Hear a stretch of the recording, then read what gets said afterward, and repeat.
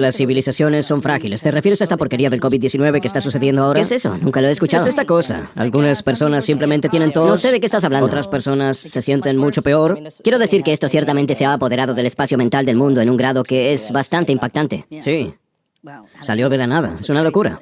Si pensamos que pasó en noviembre, nada. Y ahora aquí estamos, diciembre, enero, febrero, marzo, abril, mayo, 6 meses después, es un mundo totalmente diferente. Más o menos vi cómo todo esto se desarrollaba en China antes de que se desarrollara en los Estados Unidos. Es como ver la misma película otra vez, pero en inglés. Creo que la tasa de mortalidad es mucho menor de lo que dijo la Organización Mundial de la Salud. Es mucho, mucho menos. Probablemente su magnitud es menor.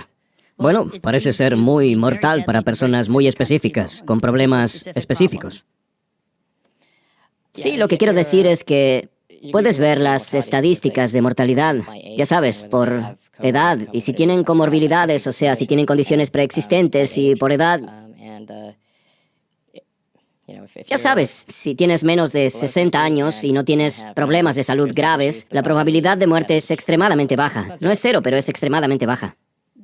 Sin embargo, no pensaron que este fuera el caso cuando comenzaron a cerrar el país. ¿Crees que es una situación en la que una vez que proceden de cierta manera es muy difícil corregir el rumbo? Parece que la mayoría de la gente realmente quería el pánico. Es una locura.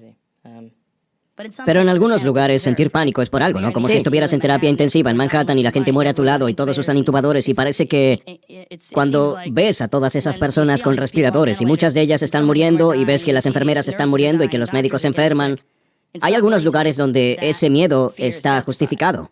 Pero luego en otros lugares lees historias sobre hospitales que están básicamente semivacíos, que tienen que dar licencia a los médicos y enfermeras porque no hay trabajo para ellos. La mayoría de los hospitales en los Estados Unidos en este momento están medio vacíos o en algunos casos trabajan con su capacidad al 30%. Y esto se debe a que han decidido no hacer procedimientos programados y las cosas normales por las que las personas tendrían que ir al hospital.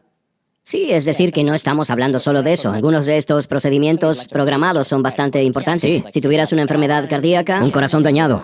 y necesitas, ya sabes, un triple bypass, es algo que se programa, pero si no lo haces a tiempo, morirás. Sí.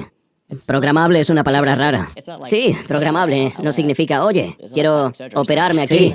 No es como la cirugía plástica, es más como si mi cadera estuviera mal y tengo un dolor terrible porque mi cadera se ha roto o mi rodilla y no quiero ir al hospital. No puedo ir al hospital aunque tengas un dolor extremo o te duelan los riñones. Hay personas que tienen problemas bastante serios que eligen no salir por miedo. Entonces, creo que es un problema, no es algo bueno. Parece que el estado de percepción pública está cambiando. Está, sí. Parece que la gente está respirando profundo y se está relajando y debido a las estadísticas, es decir, básicamente fuera de nuestras fronteras, se reconoce que no es tan fatal como pensábamos que era. Sigue siendo peligroso, peor que la gripe, pero no es tan malo como pensábamos o como temíamos que pudiera ser. Voy a objetar que la mortalidad es mucho más baja. Al menos un factor de 10, quizás un factor de 50 más bajo de lo que inicialmente se pensaba. ¿Crees que la forma actual en que estamos manejando esto, el distanciamiento social, los barbijos, la cuarentena, tiene sentido? ¿Es adecuado o crees que deberíamos regresar al menos más cerca al estado en que solíamos estar? Creo que una higiene adecuada es algo bueno, pase Sí. lo que pase. Lavarse las manos y si tienes tos, quedarse en casa o usar un barbijo es algo bueno. Podríamos hacer eso, como es normal en Japón. Sí. Si estás enfermo, usas un tapabocas y no toses sobre las personas. Creo que sería genial adoptarlo en general en todo el mundo. Y lavarse las manos también es algo bueno. Creo que hay algunas cosas positivas que mejoraron, ya sabes. La higiene. Sí, la conciencia del potencial. Sí, y creo que esto ha sucedido al sistema que estaba moribundo, con muchas capas de burocracia, y creo que hemos eliminado parte de esa burocracia. Y si en algún momento probablemente haya una pandemia con un alto nivel de tasa de mortalidad, ¿sabes? Hubo un debate sobre qué es un alto nivel de mortalidad. Yo creo que sería algo que mate a mucha gente de 20 años. Sí. Como el tipo de mortalidad del ébola. La gripe española, algo que Sí, afecta a las sí. personas sanas, sí. Sí. Matar a un gran número de jóvenes sanos, eso se define como una alta mortalidad. Esto es al menos una práctica para algo así. Y creo que esto es solo cuestión de tiempo para tener eventualmente una pandemia de ese tipo. Creo que hay una buena posibilidad. Es muy probable que, al terminar con esto, desarrollaremos vacunas que antes no teníamos para los coronavirus y otros virus.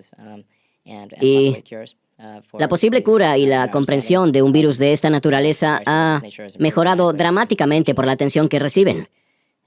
Así que definitivamente hay un lado positivo aquí y Potencialmente, si actuamos correctamente. sí, creo que habrá algo positivo, pase lo que pase. Con suerte, más positivo que negativo. Entonces, sí, esto parece una especie de práctica para algo que podría venir en el futuro con una tasa de mortalidad grave, realmente alta. Y tenemos que pasar por esto sin que sea algo que mate a un gran número de personas jóvenes sanas. Hay dos argumentos, ¿verdad? El primer argumento es que debemos continuar protegiendo a los débiles, protegiendo a los enfermos, pero abramos la economía. El otro argumento es dejar de ponerle precio a la vida humana y refugiarnos en un lugar hasta que tomemos alguna decisión y descubramos alguna forma de desarrollar algún tipo de ingreso universal, un plan de ingreso básico universal o algo así para alimentar a las personas durante este tiempo. ¿O es una transición? Bueno, creo que si alguien quiere quedarse en casa, debe quedarse en casa. Si alguien no quiere quedarse en casa, no debería verse obligado a quedarse en casa. Esa es mi opinión. ¿Pero crees que...? Y si a alguien no le gusta, es mi opinión. Así que esta noción de que puedes enviar cheques a todo el mundo y que las cosas estarán bien no es verdad, obviamente. Algunas personas tienen esta visión absurda de que la economía es como un cuerno mágico de la abundancia. Como si las cosas se produjeran solas.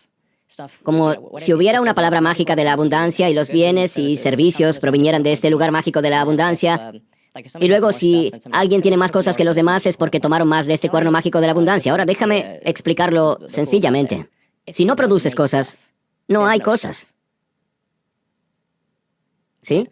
Así que si no haces la comida, si no procesas la comida, transportas la comida o los tratamientos médicos o que te reparen un diente, bueno, no hay nada. Nos separamos de la realidad. No puedes legislar dando dinero y resolver estas cosas. Si no produces cosas, no hay cosas. Obviamente. Las tiendas se vaciarán, nos quedaremos sin... La máquina se detendrá. ¿Cuál es la salida de esto? ¿Cuál crees que es? Si te escuchara el presidente o la gente te escuchara abiertamente, ¿cuál crees que es la salida de esto? Aclaremos los datos. Aclaremos las estadísticas. Así que, como dije, se debería clasificar como COVID-19 solo si alguien ha sido testeado y ha recibido una respuesta positiva del COVID-19, no si simplemente tiene uno de los cientos de síntomas. Y luego, si se trata de una muerte por COVID-19, debe ser analizada. ¿El COVID-19 fue la razón principal de la muerte o tenían un efisema, o una enfermedad cardíaca, o cáncer en etapa 3, o fueron atropellados por un autobús y tenían COVID? He leído todo esto sobre el diagnóstico de personas como muertos por COVID a pesar de las otras variables. Esa no es una pregunta, es lo que está ocurriendo.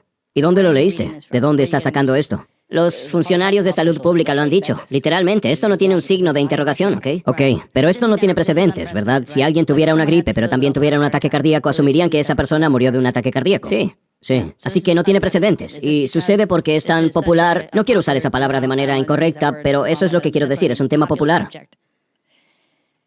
Y tiene incentivos financieros. Y como dije, este no es un dilema moral de administradores de hospitales, pero ellos están en un lugar difícil en esta situación. En realidad, no tienen suficientes pacientes para pagarles a todos sin dar licencias a los médicos o despedir al personal y... Sí.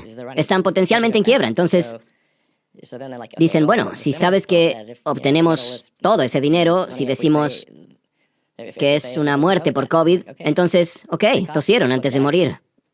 De hecho, ni siquiera tienen un diagnóstico de COVID. Simplemente si tenían debilidad, tos, dificultad para respirar. Francamente, no estoy seguro cómo alguien muere sin esos síntomas. Sí. Pero hay tantas cosas diferentes que podrías atribuirle al COVID, hay tantos síntomas. La diarrea, dolores de cabeza, deshidratación, tos. Sí, pero para ser claros, ni siquiera es necesario que haya tenido una crisis por COVID. Simplemente necesita haber tenido uno de los muchos síntomas y luego haber muerto por alguna razón y dirán que es por COVID.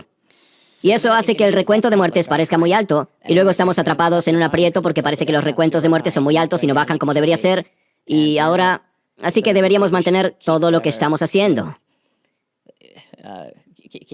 Mantener el refugio y confinar a las personas para que se queden en sus hogares. Y así que tenemos que salir de esto. Estamos atrapados en un círculo. Sí. Y creo que la forma de salir de esto es teniendo clara la información. En primer lugar, necesitamos datos reales. Solo analiza los datos, no los agrupes. Si haces que la gente solo analice mejor los datos con información clara y, como dije, ¿se trata de un diagnóstico por COVID real o le hicieron la prueba dio positivo o solo tenía algunos síntomas? Que analicen esas dos cosas y luego hay que analizar si alguien murió, cuándo murió, le hicieron una prueba de COVID o solo tenía uno de los muchos síntomas, como ¿mueres sin debilidad?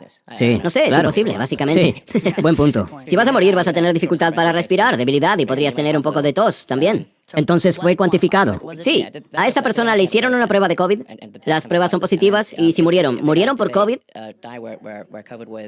no tiene que haber sido el problema principal, pero ¿contribuyó significativamente a su muerte o no contribuyó sustancialmente a la muerte? No es tan simple, solo porque tenía COVID, el COVID lo mató. Definitivamente no es así. Bien. Quiero decir, las personas mueren todo el tiempo, tienen Sí. gripe y otros resfriados, y no decimos que murieron de esa gripe y otros resfriados.